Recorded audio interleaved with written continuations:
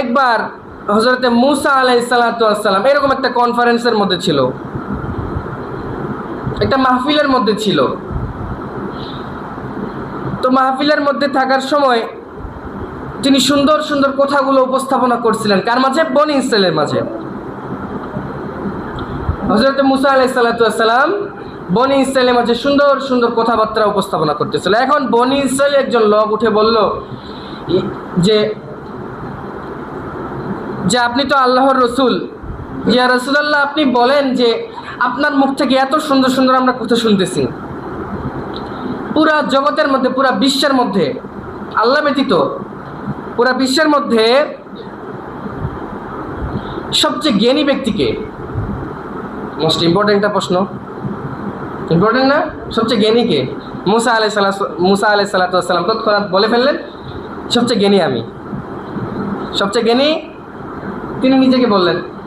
হ্যাঁ, অরিজিনালি তিনি জ্ঞানী ছিলেন, কারণ প্রত্যেকটা জামানার নবী ছিলেন সেই জামানার সবচেয়ে জ্ঞানী, কারণ তার কাছে ওহী আসতো, আল্লাহ রাব্বুল আলামিন প্রদত্ত কথা তার উপরে নাজিল হতো। তিনার উপর তাওরাতের জ্ঞান আছে, তিনার উপর তাওরাত নাজিল হয়েছে। তিনি একটি মুসলিম উম্মার, তিনি একটি পুরা উম্মতের একটা, মনে করেন আল্লাহ রাব্বুল আলামিন জিম্মাদার হিসেবে তাকে প্রেরণ করেছেন। তো সেই হিসাবে তো তিনি সবচেয়ে জ্ঞানী হওয়ার কথা, তাই না? তো আল্লাহ তাআলা এটা পছন্দ করলেন না। আল্লাহ তাআলা মনে করলেন যদি মুসা বলতো যে আল্লাহ তাআলাই ভালো জানে কোন ব্যক্তি জ্ঞানী, এটা আল্লাহ তাআলাই ভালো জানে, মুসা যদি এটা বলতো তাহলে সবচেয়ে ভালো হতো। কিন্তু মুসা বলছে কি আমি সবচেয়ে জ্ঞানী। অরিজিনালি সে জ্ঞানী, কিন্তু আল্লাহ তাআলা পছন্দ করলো না কথাটা তার। এখন সঙ্গে সঙ্গে আল্লাহ রাব্বুল আলামিন বলে দিলেন, মুসা শুনে রাখো, তুমি যে বলেছো তুমি জ্ঞানী নাও, তোমার চেয়ে বড় জ্ঞানী আছে। আল্লাহ রাব্বুল আলামিন কাকে বলল? মুসাকে বলল, তোমার চেয়েও বড় জ্ঞানী এই জগতের মধ্যে আমি প্রেরণ করেছি। এখন মুসা আলাইহিস সালাতু ওয়াস সালামের কথা শোনার পরে তো অবাক হয়ে গেল। মুসা আলাইহিস সালাতু ওয়াস সালাম কথা শুনে অবাক, ব্যাপার কি, আমার থেকেও জ্ঞানী আছে, তাকে তো, তার দর্শন তো আমাকে করতেই হবে, তাকে তো দেখতেই হবে, সে ব্যক্তি কে? এখন মুসা আলাইহিস সালাতু ওয়াস সালাম বললেন, আল্লাহ আপনি আমাকে সে ব্যক্তির দর্শন করান। মুসা আলাইহিস সালাতু ওয়াস সালাম ছিলেন একজন জেদি পয়গম্বর।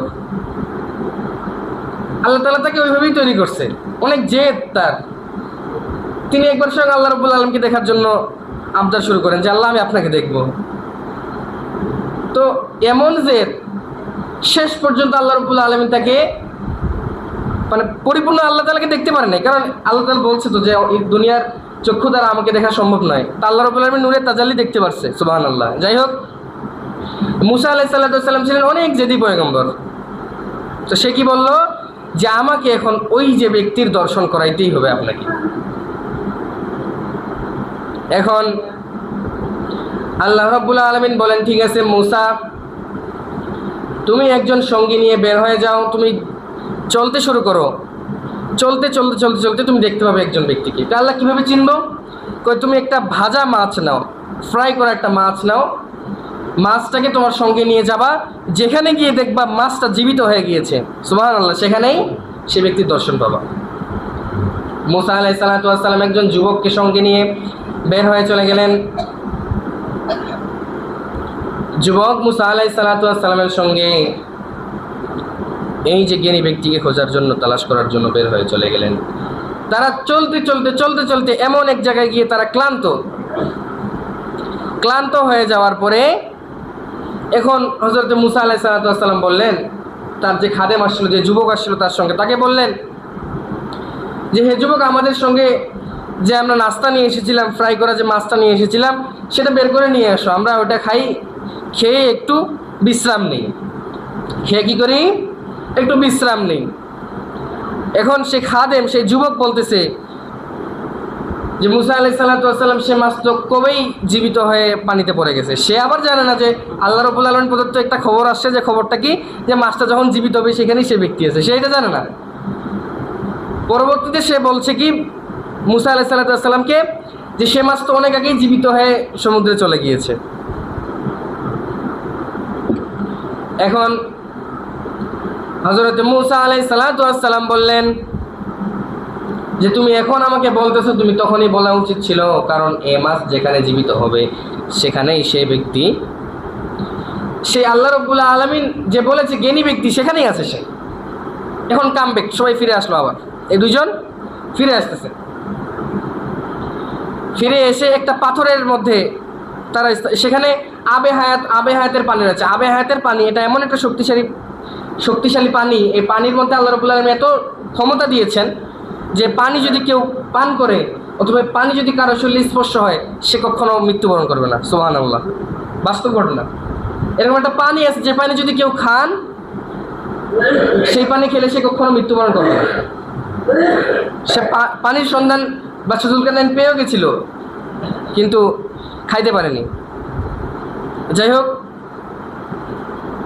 অতঃপর মুসা আলাইহিস সালাম তার সঙ্গে যে সঙ্গী ছিল তাকে নিয়ে পিছনে ফিরে আসতে শুরু করলো। পিছনে ফিরে এসে দেখে তাদের যে মাছটা চলে গিয়েছিল মরুভূমির বালির মধ্যে, মাছটা এভাবে বেঁকে বেঁকে চলে গিয়ে সমুদ্রের মধ্যে গেছে। তো বালির মধ্যে মাছের এরকম দাগ ভেসে উঠছে। তো এই দাগ দেখার পরে তারা বুঝতেছে যে এখানেই মনে হয় মাছটা পড়ছে। পরে তারা দেখে বিশাল একটা পাথরের সুড়ঙ্গের ভিতর দিয়ে চলে গেল কে হযরত মূসা আলাইহিস সালাম এবং সেই যুবক তার খাদেম ভিতরে চলে গেল। ভিতরে যাওয়ার পরে দেখে একজন ব্যক্তি চাদর মুড়ি দিয়ে বসে আছে। মূসা আলাইহিস সালাম ভাবলো যে এটাই মনে হয় সেই ব্যক্তি আল্লাহ রাব্বুল আলামিন যার কথা বলেছিল। অতঃপর তাকে গিয়ে বলল যে আপনি নাকি, অতঃপর তার কাছে পারমিশন চাইলো কথা বলার। কারণ সেই ব্যক্তি জিজ্ঞাসা করলো যে আপনি কে? বলে যে আমি মূসা। আপনি কোন মূসা? বনি ইসরাইলের মূসা? হ্যাঁ, আমি বনি ইসরাইলের মূসা। এর দ্বারা বোঝা যাচ্ছে যে সে ব্যক্তি যে ছিল জ্ঞানী ব্যক্তি, সে বনি ইসরাইলের কেউ ছিল না। তো তুমি কি বনি ইসরাইলের মূসা? হ্যাঁ, আমি বনি ইসরাইলের মূসা। তো কি জন্য এসেছো? আল্লাহ রাব্বুল আলামিন বলেছে আপনার কাছে নাকি সবচেয়ে বেশি জ্ঞান আছে, জামিনের মধ্যে সবচেয়ে বেশি জ্ঞান নাকি আমার থেকে আপনার বেশি, সেজন্য আমি আপনার কাছে আসলাম। এখন সে ব্যক্তি বললো আমার কাছে যে জ্ঞান আছে এই জ্ঞান তুমি সামলাইতে পারবো না। আমার কাছে যে জ্ঞান আছে, কে বলছে? সে জ্ঞানী ব্যক্তি বলতেছে আমার কাছে যে জ্ঞান আছে জ্ঞান তুমি নিতে পারবা না। কারণ মুসা আলাইহিস সালাম ছিলেন অনেক জেদি পয়গম্বর। তিনি অনেক এসকাল করতেন, তিনি প্রত্যেকটা কথার মধ্যে এসকাল করতেন। তিনি ট্রিটমেন্ট শুরু হইতো ঘুষি দিয়ে। একটা কয়দিকে ঘুষি দিছে মরে গেছে, তিনি নিজেও জানে না যে তার শরীরের মধ্যে এত শক্তি আছে। ট্রিটমেন্ট শুরু হইতো ঘুষি দিয়ে। তাই যাই হোক, তিনি ছিলেন অনেক জেদি পয়গম্বর। তো মুসা আলাইহিস সালামকে বলল কে? সেই জ্ঞানী ব্যক্তি বলতেছে যে তুমি আমার জ্ঞান নিতে পারবা না। তো মুসা আলাইহিস সালাম বলল যে ঠিক আছে, আমি আপনার জ্ঞান নিতে পারবো, আমাকে একটা মাত্র সুযোগ দেন।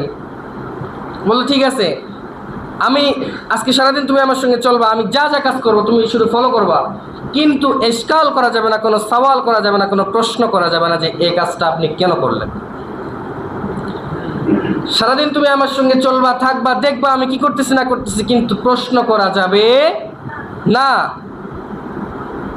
এই জ্ঞানী ব্যক্তি হচ্ছে হযরত খিজির আলাইহিস সালাম। কে ছিল?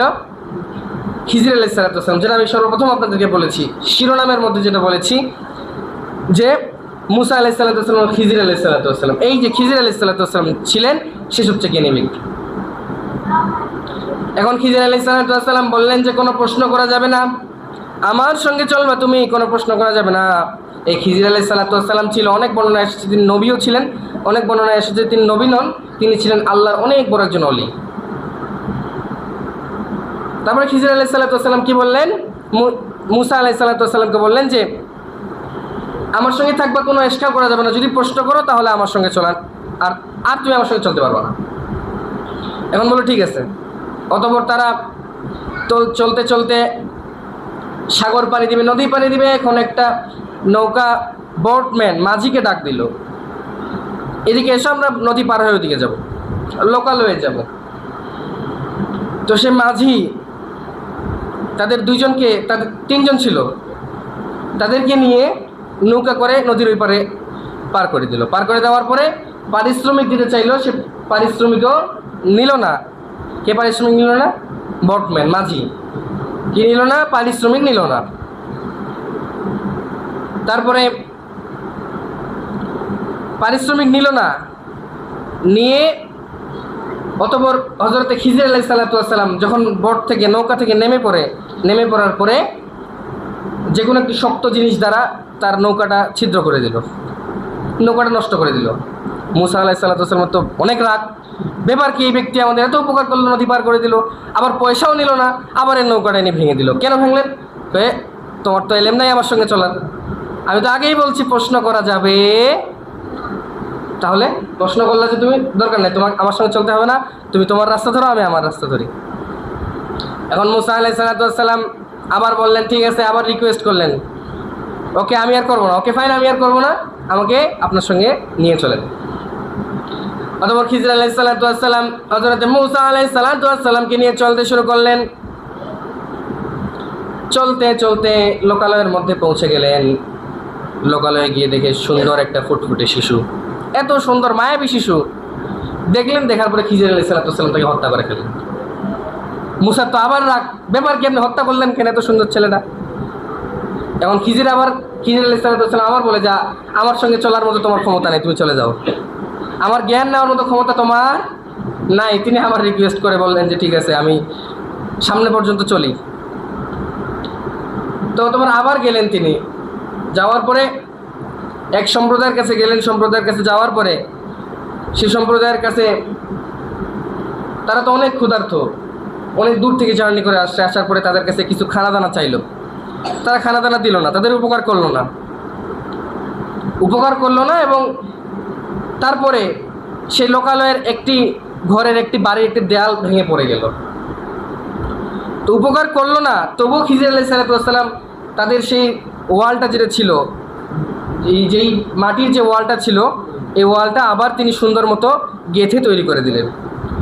মুসা আলাইহিস সালাম চিন্তা করে, ব্যাপার কি, একটাও কোনো মিল নেই। একজন উপকার করে, ওর একজন বোটম্যানের, একজন মাঝির নৌকা সে উপকার করছে, তার নৌকা ভেঙে দিছে। একজন ছোট ফুটফুটে শিশু দেখে মায়া চলে আসতেছে, ওকে হত্যা করে ফেলছে। আবার এরা কোনো উপকার করলো না, এদের আবার দোয়ালটা ঠিক করে দিল। ব্যাপার কি, আর সইতে পারলো না মুসা, আর সইতে পারলো না। তিনি জিজ্ঞাসা করেই বসলেন যে এর মানে কি, আমাকে বলতেই হবে। এখন খিজির আলাইহিস সালাম বললেন যে আমার সঙ্গে চলার মতো তোমার কোনো জ্ঞান নাই, আমি আর তোমাকে নিয়ে চলবো না, যা পাইছো এতটুকুই। আর আমি শুধু বলে দিতে পারি এতটুকু যে এগুলোর মানে কি। এগুলোর মানে হচ্ছে, সর্বপ্রথম যেই বোটম্যানকে, তার যে নৌকা আমি নষ্ট করছি, কেন নষ্ট করছি? কারণ তার পিছনে ছিল এমন একদল মানে খারাপ লোক, হিংস্র লোক। তারা সেই বোটম্যানকে যদি পাইতো, তাকে পানিতে ভেসে দিয়ে তার নৌকা নিয়ে চলে যেত। কিন্তু যখন দেখবে তারা যে তার নৌকাটা ভাঙা, সেই নৌকা তারা নেবে না, রিজেক্ট করে দেবে। যার কারণে আমি তার নৌকাটা ভেঙে দিলাম। বাহ্যিক স্রোতে দেখা যাচ্ছে আমি তার ক্ষতি করছি, কিন্তু আমি তার সবচেয়ে বড় উপকার করছি। কেন?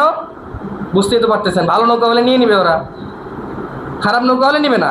তো খারাপ নৌকা, আর পরবর্তীতে সে মাঝি ওটা রিপেয়ারিং করে আবার চালাতে পারবে কি পারবে না? দ্বিতীয়ত, একজন ছোট ফুটফুটে শিশুকে তিনি কতল করছেন। কেন কতল করলেন?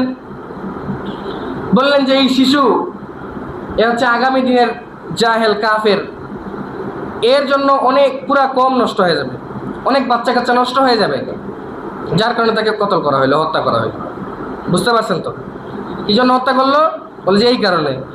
মুসা আলাইহিস সালাম তখন বুঝতে পারলেন যে হ্যাঁ, এই কারণেই হত্যা করছে। যাই হোক, তারপরে দেখলেন যে লোকালয়ে যাওয়ার পরে লোকালয়ের ব্যক্তিরা, লোকালয়ের মানুষরা তাদেরকে খানা দানা দিল না, উপকার করলো না, তবুও তাদের আপনি এই ঘরটা রিপেয়ারিং করে দিলেন, সারাই দিলেন। কারণ কি?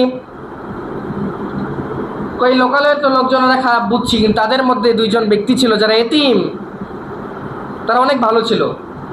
দুইজন কি ছিল? এতিম ছিল, অনেক ভালো ছিল।